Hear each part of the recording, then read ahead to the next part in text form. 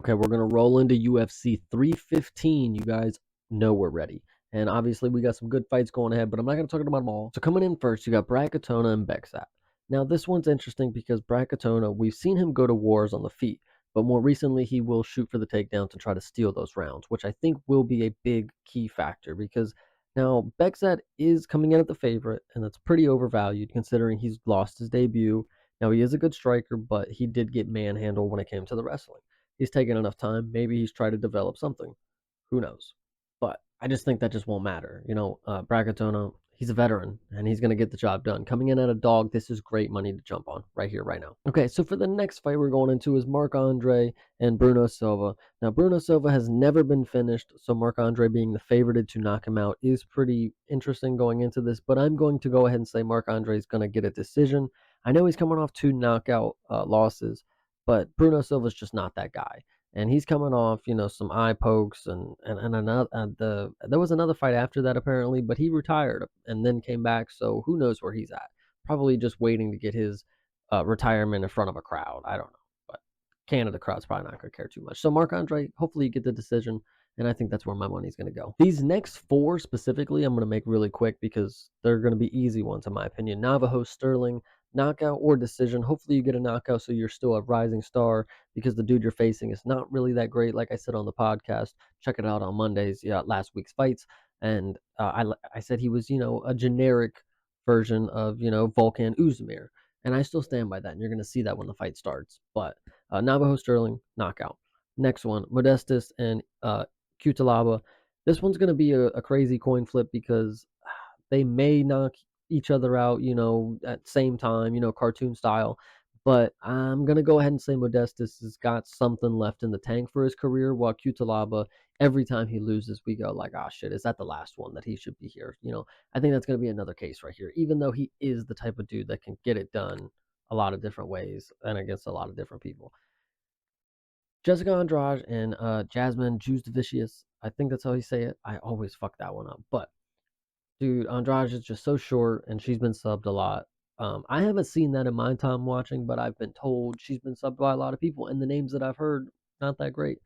So we'll see if she doesn't get subbed. She is a little fire hydrant, so you'd think she'd be very good at submission defense, considering the build and other people that have the build and that are similar equipped to said skill set, whatever you want to say. Jasmine, go get this one done. Sub or decision right there.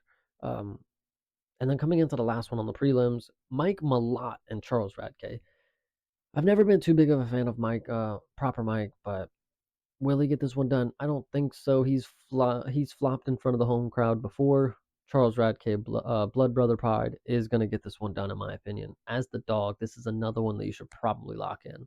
But I could be wrong. Proper Mike is pretty solid. He's well rounded in his skill set, but he don't have that dog in him. Charles Radke, he's mad that they booed the American national anthem, so somebody's got to pay for that, he says. And I kind of believe him. You can see it in the look in his eye. Now, the main card starts, and you got Benoit Saint Denis fighting this dude on short notice that is just happy to be here in front of his home crowd. He gets a main event spot. He gets paid a boatload of money, probably.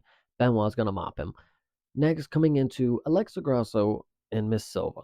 Now, I did watch the press conference just right before this, and Grasso is always locked in. I want you guys to notice, like, she don't get pampered up for these because she's just coming straight from the gym. Probably she's always in the jumpsuit. She's always ready to go. If it has to happen backstage, she's got the mobility to do it. Whatever you want to say. But Miss Silva looked good, looked very nice, very very nice. I just think with her kick heavy game plan, I mean that is her style. So I mean, the game plan has to revolve around what she's good at. But Grasso is just elite at grappling. She is a solid boxer when it comes to the feet, so she might get pitter pattied all the way to the bell. But it's a lot of kicks, and if Grasso can't grab one of those kicks and just make something happen, one time around, one time per round, she should be able to lay on her and go for subs up until the bell. Will that win the rounds? I don't know, but I'm going to go with Grasso on this one. I do think she's going to be able to force the hand into the quadrilogy, or she's going to make Shevchenko vacate when she moves up to fight Wei Li or down, whatever I don't even know. But this one, I like it. I like it for Grasso. Another dog to lock. Jose Aldo, the king. And then you got Ariel Hawani. I've always said this dude is not too impressive to me. I mean, he sits at a desk all day and he just fucking talks. So what could he do in the cage against the king? Jose Aldo has some obliterating leg kicks. I'm gonna go for the leg kick TKO. Have you seen how scrawny this dude's legs are? I mean, like I said, he sits at a desk all day. But Ayman Zahabi is not the worst because he definitely can win fights, but I think they've been cherry picked opponents, and now they give him the King of Rio, and Jose Aldo should be able to get this done. If he's still a sliver of anything left, this is not Mario Batista, but it is somebody who will make the fight not what Jose Aldo wants it to be. Ayman Zahabi is going to be very passive and elusive on the outside, and Jose Aldo is just going to try to walk him down, and he's never going to get his hands going, probably. Um, now that I say this, this one's tough, guys, but do what you want with that information. I think this one's interesting, sadly. Ariel, Jose, whatever. And then so you go into the co-main event. You got the Bullet, Valentina Shevchenko. You got the French lady at the grocery store, Madame Ferrot. And this one's going to be interesting as well because Shevchenko should be able to pull out the old school striking that she used to have, and she still has it, of course. Like I mean, that's what she trains for, and Manon is going to get overwhelmed because she's just not the best at defensive striking. She has good takedown defense, but I think once Shevchenko starts mixing in the takedowns with the striking that she's just bombing her with, maybe even a head kick TKO or KO, I guess, but she might finish her and wobble, or, whatever you want to say. But um, I think this one is in the bag for Shevchenko. I just don't see a way for Miss Manon to win. Going into the main event, you got Mr. Bilal Muhammad and Jack Della Maddalena.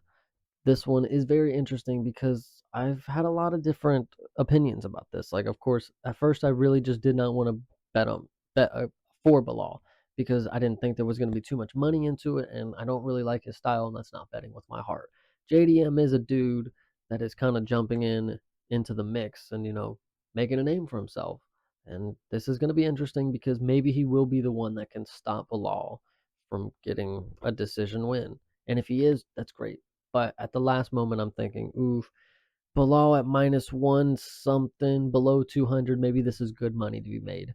Again, I'm not too sure. I think you guys should do what you want with your money. But the other dogs that I've been telling you about, for sure, hit on those. Even if if Valentina's gonna be a dog too, you guys got to hit on that. But this one right here, Jack Della, Bilal Muhammad. It is hard to say, but I want you guys to let me know down in the comments. Do that for the one time. We'll see if we can get that going. But as of right now, everybody else, the great fans, the people in the building, everybody, have a great night.